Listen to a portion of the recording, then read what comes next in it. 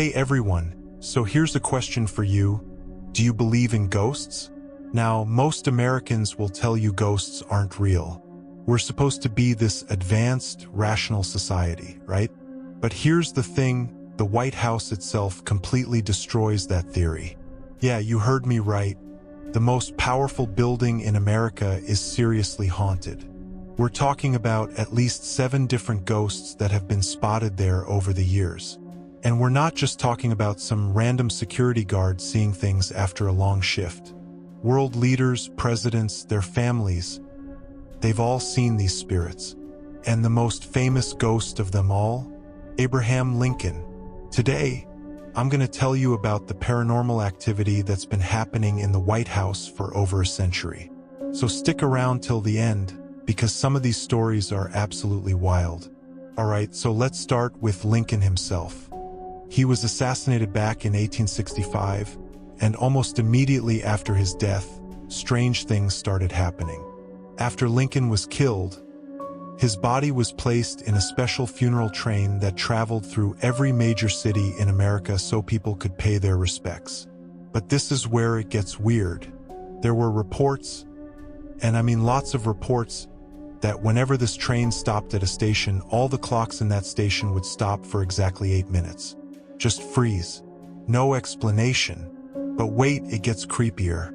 Thousands of people claimed they saw a second train car behind the one carrying Lincoln's coffin. And inside this phantom car, they saw another coffin, also containing Lincoln's body. And surrounding it were skeletons playing musical instruments. People described the music as absolutely terrifying, like something that would chill you to your core.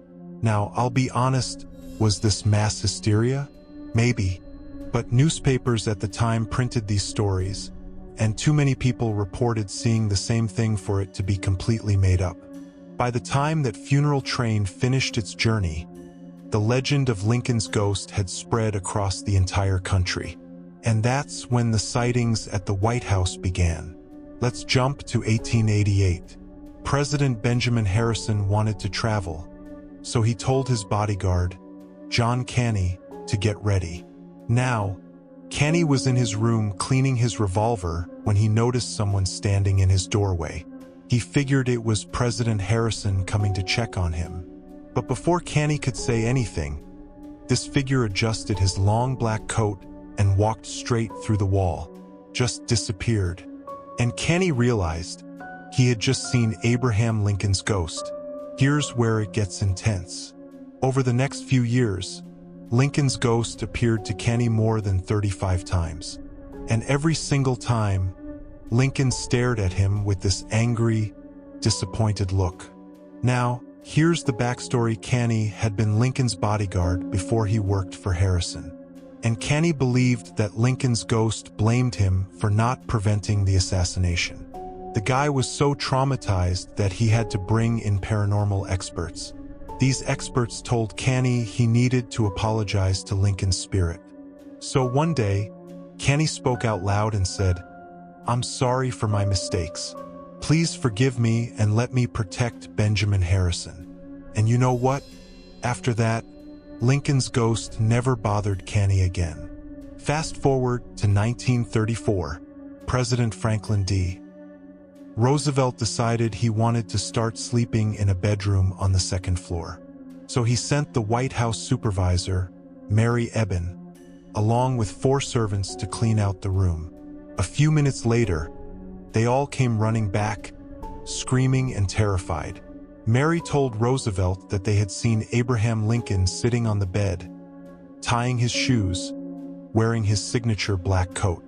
Before anyone could react, the ghost vanished. Roosevelt figured that Lincoln must have been really attached to that room. He didn't sleep there that night, but the very next day he ordered it to be cleaned anyway. Roosevelt himself saw Lincoln's ghost multiple times. Once, during a radio interview, he described seeing the spirit emerge from behind a picture and walk into a closet. He said Lincoln's ghost had this silent, dignified presence, but always looked sad and troubled. Roosevelt kept seeing Lincoln throughout his presidency. In fact, before Roosevelt died under mysterious circumstances in 1945. He had seen Lincoln's ghost at least twice that year. And get this, Lincoln's ghost appeared most frequently every April. That's the month he was assassinated. So it wasn't just American presidents seeing things. Sir Winston Churchill, the British Prime Minister, was staying on the second floor in Lincoln's old room. Late at night, there was a knock on his door. When he opened it, there stood Abraham Lincoln's ghost. Churchill was so shocked that Lincoln actually looked concerned, made an apologetic expression, and disappeared. Queen Wilhelmina of the Netherlands had a similar experience. She was staying in the Rose Room when someone knocked on her door in the middle of the night. She thought it was a servant with an important message. She opened the door, and there was Lincoln's ghost standing right there. She nearly fainted, and the ghost vanished immediately. President Truman, the guy who was in office when we developed the atomic bomb, he saw Lincoln's ghost outside his bedroom. He even told reporters about it. President Eisenhower sensed Lincoln's presence several times but didn't pay much attention to it. Here's something really eerie. In 1945, right after we dropped atomic bombs on Japan during World War II, Lincoln's ghost was seen for several consecutive nights. And witnesses said he looked deeply troubled and sad, like he was mourning something. After 1950, Lincoln's ghost wasn't seen as often. But President Kennedy spotted him just a few days before his own assassination. Kennedy even joked about it, saying, "Looks like I might get shot too. That's chilling, right?" Here's the wildest part. Before Lincoln died, he himself reported seeing ghosts in the White House. His brother-in-law's spirit, Alexander, was frequently seen there. Lincoln isn't the only ghost haunting the White House. President Cleveland's wife loved their son dearly, but he died young right there in the White House. His ghost has been spotted multiple times. President Wilson's wife didn't like where the rose garden was planted. Those roses had been planted by former First Lady Dolly Madison, who loved them deeply. When the gardener went to dig them up, Dolly Madison's ghost appeared and said, "Don't you dare touch these roses." Mrs. Wilson thought the gardener was just being lazy, so she decided to dig up the garden herself. When she went outside, there was Dolly Madison's ghost standing right in the flower bed, protecting her roses. Those roses never got moved. President Adams' wife has been seen 3 times. Once in the laundry area and twice in the library, searching for something. There's also an unidentified servant who haunts the kitchen. Only female staff members have seen this ghost. And President Harding's ghost appeared once when someone was removing his portrait to get the glass replaced. So there you have it, the White House, the most powerful building in the world, is genuinely haunted. These aren't just campfire stories. These are documented accounts from presidents, world leaders, and White House staff. Makes you wonder what else is out there, doesn't it?